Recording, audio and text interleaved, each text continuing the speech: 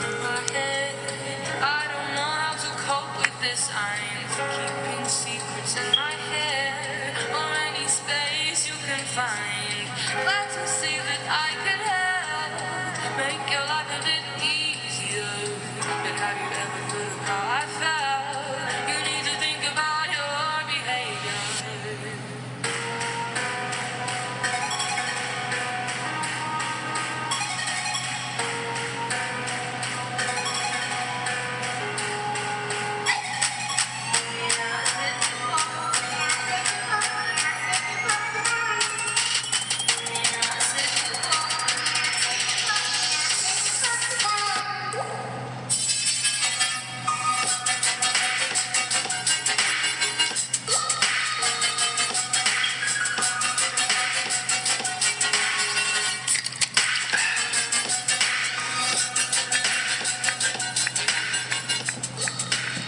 Good morning, everyone.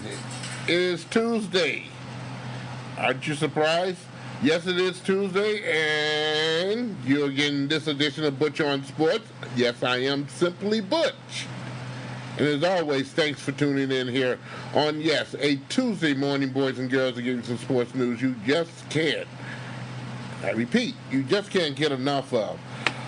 We have a lot of things to discuss and talk about and chit-chat.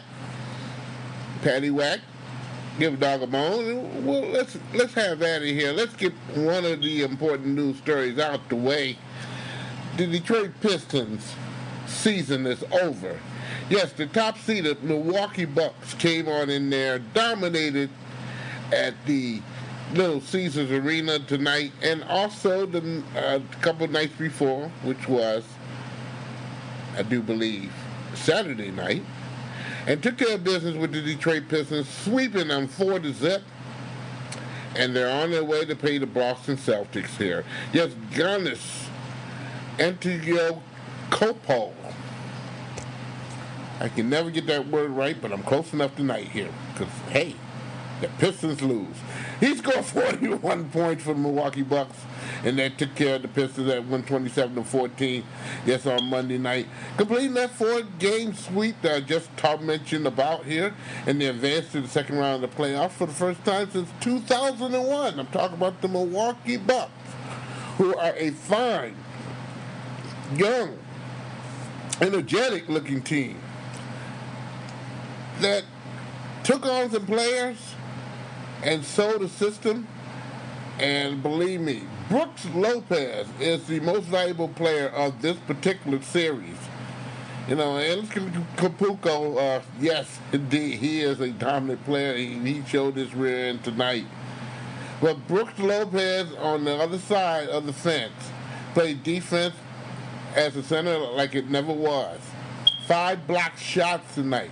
Important block shots. These were shots that the Pistons were making they had no business doing.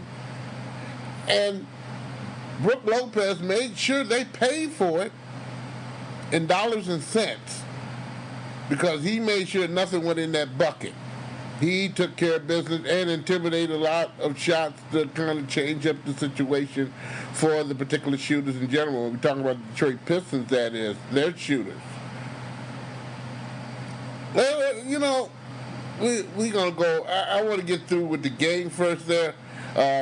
Leading scorers, and just show you the thing I'm looking at here. Middleton, 18 points. Bledsoe, 16 points. These are the starters there. Off the bench, they get some people.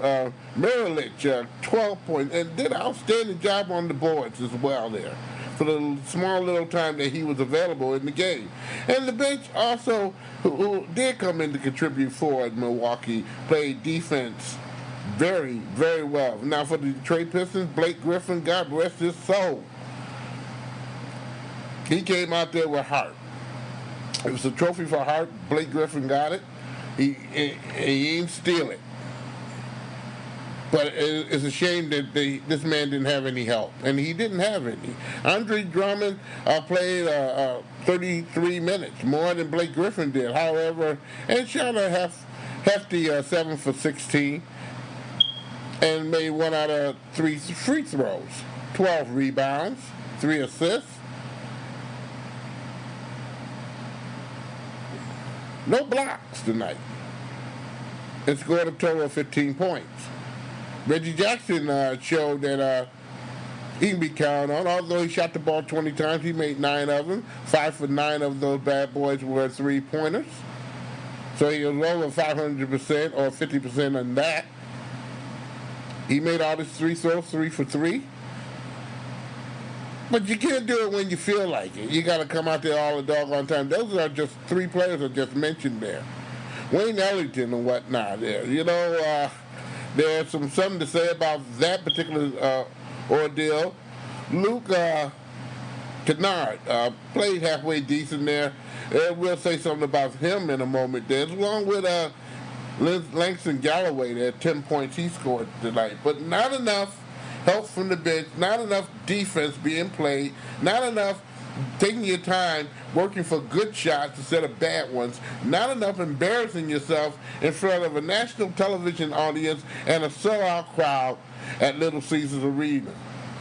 I mean, some of the baskets I saw the Pistons was trying to make on the Bucks were just totally ridiculous. They're not going to outdo Lopez and Giannis in that middle. But yet still, they still went out there challenging it. God bless his soul. Instead of pulling up and taking a shot. And this Smith was a perfect example of that. He just played a stinky game.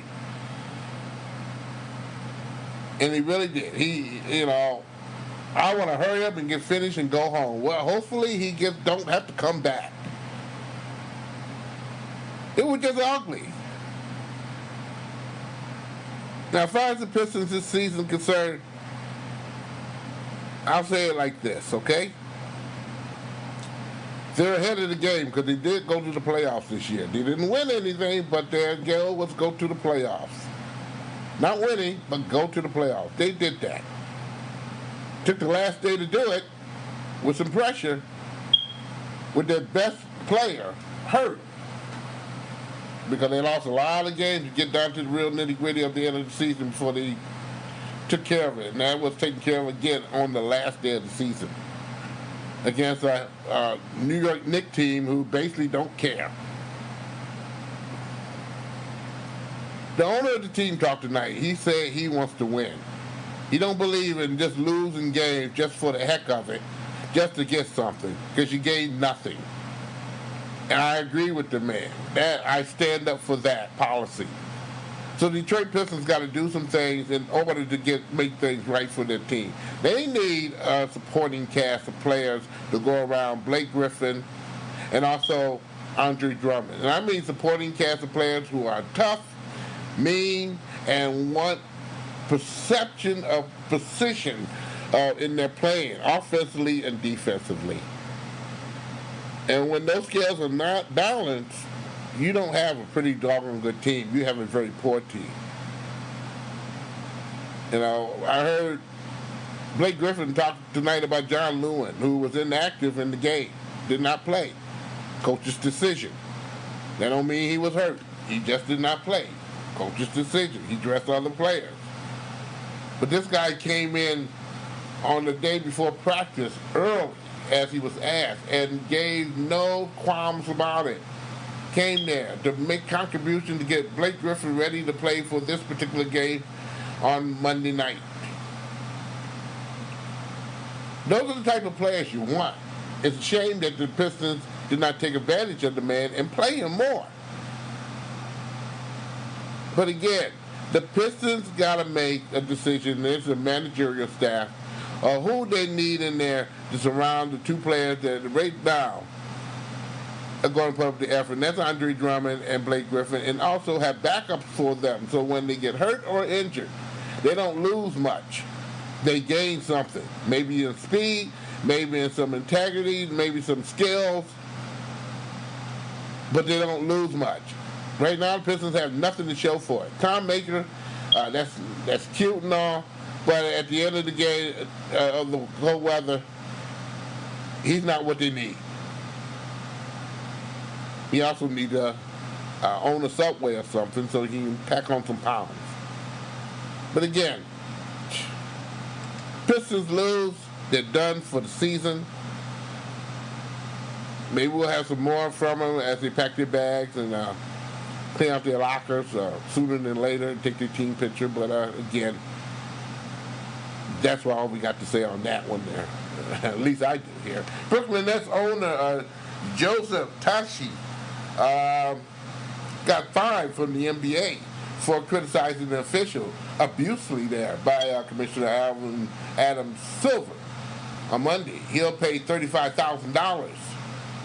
In a statement made by the NBA, said the Tashi was fined for a public statement of the demeanor, a demeaning, a dismantle of the NBA. In other words, to kind of calculate that particular statement, he was very, very nasty with some comments he made about the officiating. And he must have went over the air because they didn't appreciate it. And they gave him a good parting gift here.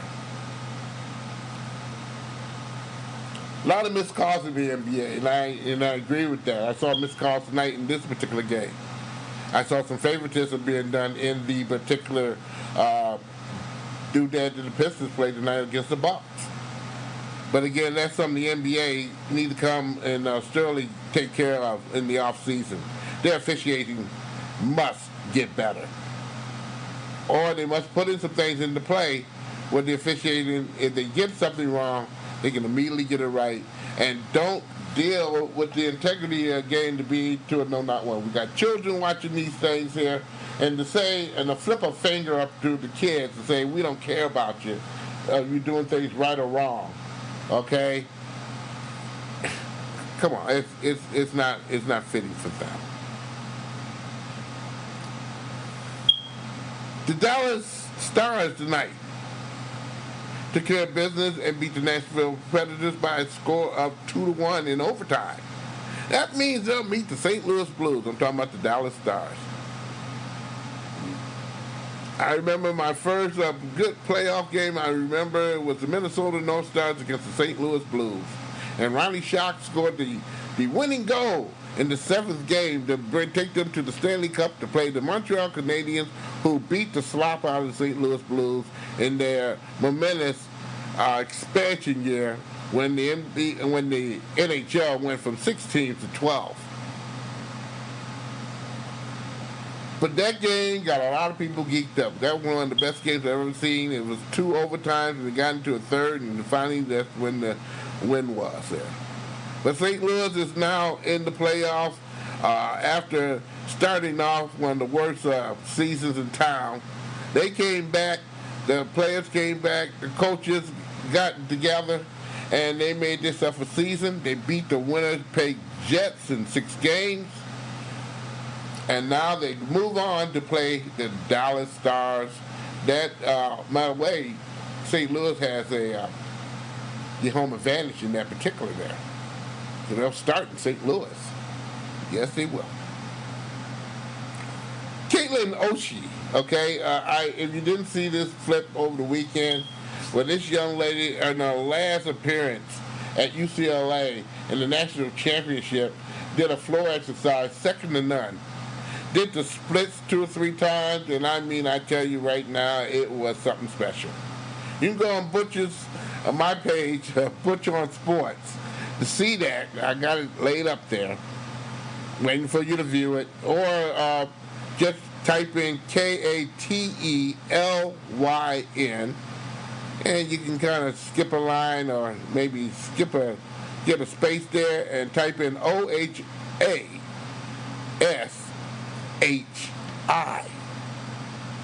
and then say gymnastic career or something of that nature there, and Google it, and that should come up where you get to see her fantastic event when she did the splits and popped right back on up.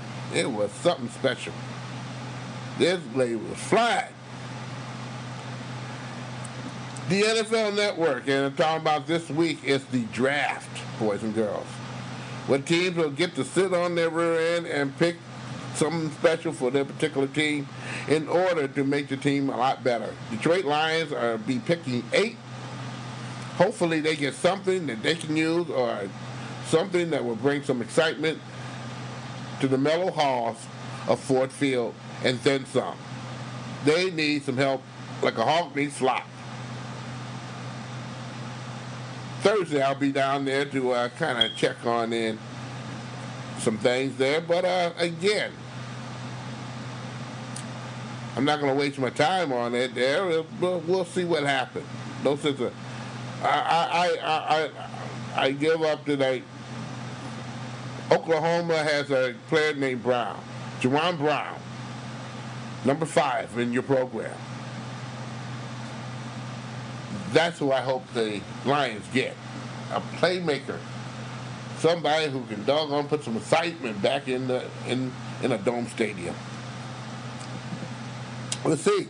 In the meanwhile, the NFL Network and Fox announced their Thursday Night Football schedule. The Thursday Night Football schedule, it will kick off on week number 2 when Tampa Bay Buccaneers visit the Carolina Panthers on Thursday, September the 12th. NFC South battle. That'll be exclusively on the NFL Network only. However, the Fox Sports a Thursday night game, the first one will be on Fox, will be beginning in week number 4 when they play the Green Bay Packers. They'll be hosting the Philadelphia Eagles on Thursday night, the 26th. That marks the second year of the current NFL Thursday night deal that they have partnered with Fox and Amazon there. Adding some television availability and some streaming options there. The NFL exclusively is streaming with some people like Verizon Media, Amazon Prime Video. You know, there's a million people that they're making their available, of course, on Deportes and other languages there. So check it on out there. And some of the games we got in the schedule, I did kind of highlight those, and I'm looking down for them now. However, let me, in addition to the Thursday Night Football deal on the NFL, they'll televise 2 international games as well on Thursday night. Carolina Panthers and Tampa Bay in week number 6, and the Houston Texans and Jacksonville Jaguars in week number 9. Those will be in London, boys and girls. Yes, it will. And on week 13, or week number 16, it's a triple header on Saturday, December the 21st, when they match up will be determined. But right now, we see some teams that will be in this particular mix will be the Detroit Lions and the Denver Broncos, the Oakland Raiders and Los Angeles Chargers, Buffalo Bills and the New England Patriots, Los Angeles Rams and San Francisco 49ers, and the Houston Texans versus the Tampa Bay Buccaneers. Those will be available game on a Saturday. So they'll get their pick of the chick of 3 of those particular matches I just mentioned there for Saturday on the NFL Network exclusively. And I guess Fox and ABC or ESPN will pick up the rest of the stuff there as announced, or maybe won't be announced. Who knows here? Fox will also produce 18 other across all the producing on the Thursday night game. Fox is going to produce them. They're in, again, this contract or deal with the NFL. Some good teams, 11 playoff teams will be showed on Thursday night football. And some of the games on week number 2, Tampa Bay and Carolina is going to show on up week number 3. On the NFL Network only there'll be Tennessee and Jacksonville Jaguars. Week number 4, it'll be Philadelphia and the Green Bay Packers there. That'll be on Fox as well as the NFL Network. On Thursday, NFL Network there, and also Fox, Los Angeles Rams and Seattle Seahawks. Week number 6, New York Giants and the Patriots. Week number 6, those are going to be some pretty good doggone game there.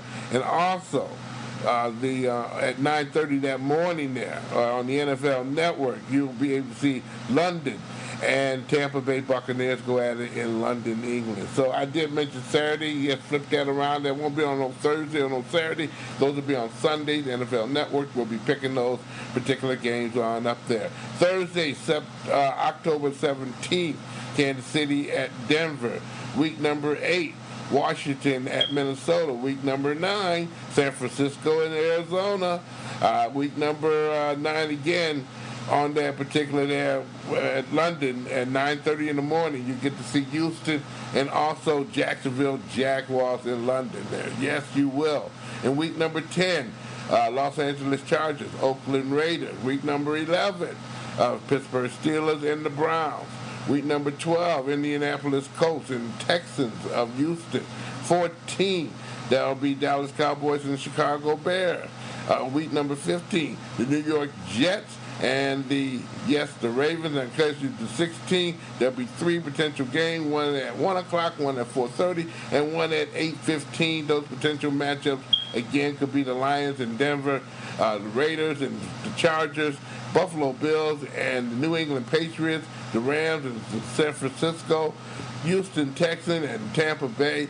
Yes, Amazon Prime, New York, the NFL Network, Switch Simulcast systems.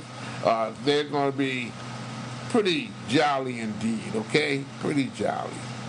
Pretty jolly. U.S. hockey. Speaking of U.S. hockey, we haven't mentioned since, we went on last week early there, Steve Yzerman being in the Detroit Red Wing Raps. It's the worst kept secret I have kept all year here. Because you knew when we heard the announcement of the guy resuming or not resuming his duties at Tampa Bay would just be a consultant, something that was already worked out. And he waited a year till the contract was over, and by golly, he's here in Detroit. He's going to be here for a while as general manager and vice president. We don't lose Ken Holland. He just moves up to senior vice president. And yes, Jeff Bledsoe, he's been given the blessing by Steve Yzerman that he's not going to throw him out in the street after we just signed the guy for some additional years.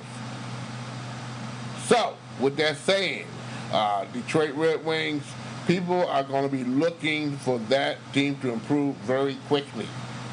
And I say, and the only reason I say that because, again, I think Detroit Red Wings have the tools with young talent to get them in there. They got young talent that under their belt this year got a lot of experience in playing in the National Hockey League. So they'll be ready and waiting next year to be more exciting, more exhilarating for their fans.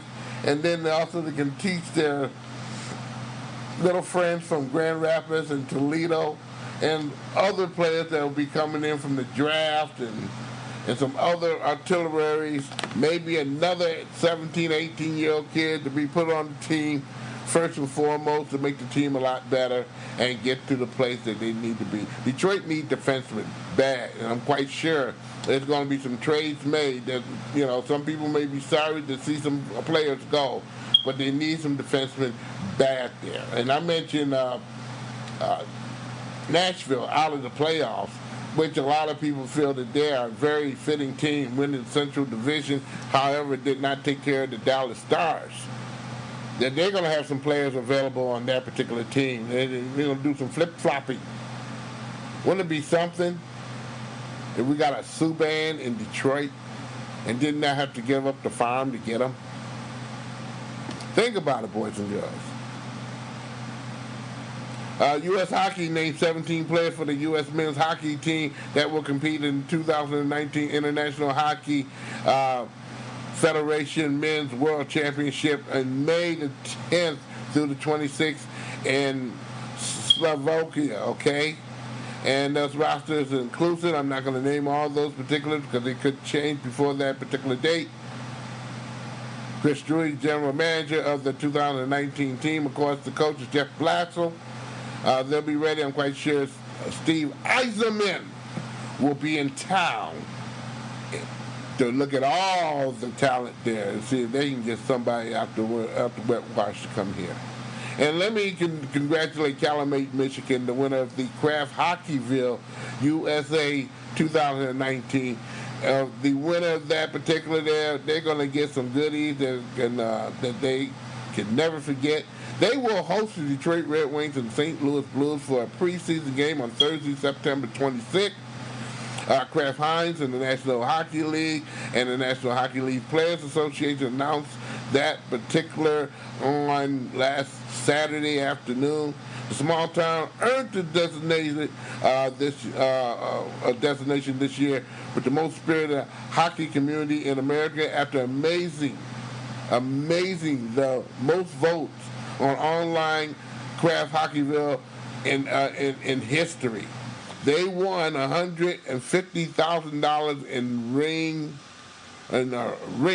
upgrades, along with $10,000 in equipment from the NHL Player Association Goals and Dream. The opportunity again to host a NHL preseason game. Again, that date is September the 26th in Calumet, Michigan. Congratulations to that city and the people who are connected with it. The Red Wings are going to be excited to be up in the Upper Peninsula there. And during that time, I'm going to hope like hell that I can go ahead and have some influence where we can get some people on our show in Sault Ste. Marie. It's long overdue that Red Wings pay their respects to the Upper Peninsula there.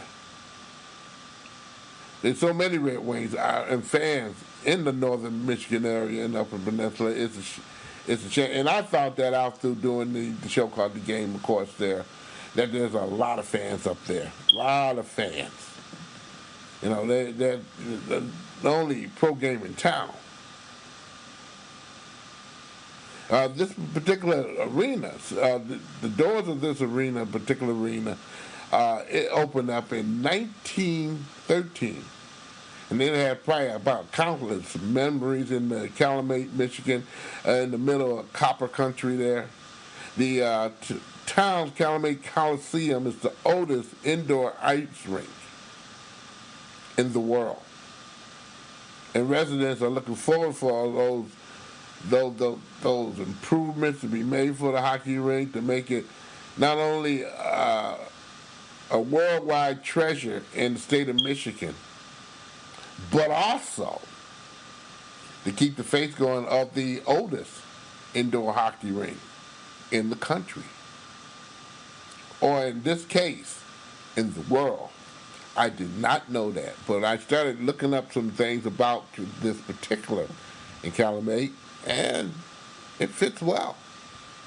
So, you know, keep on the lookout, boys and girls, with them tickets and stuff there. It'll be sooner than later.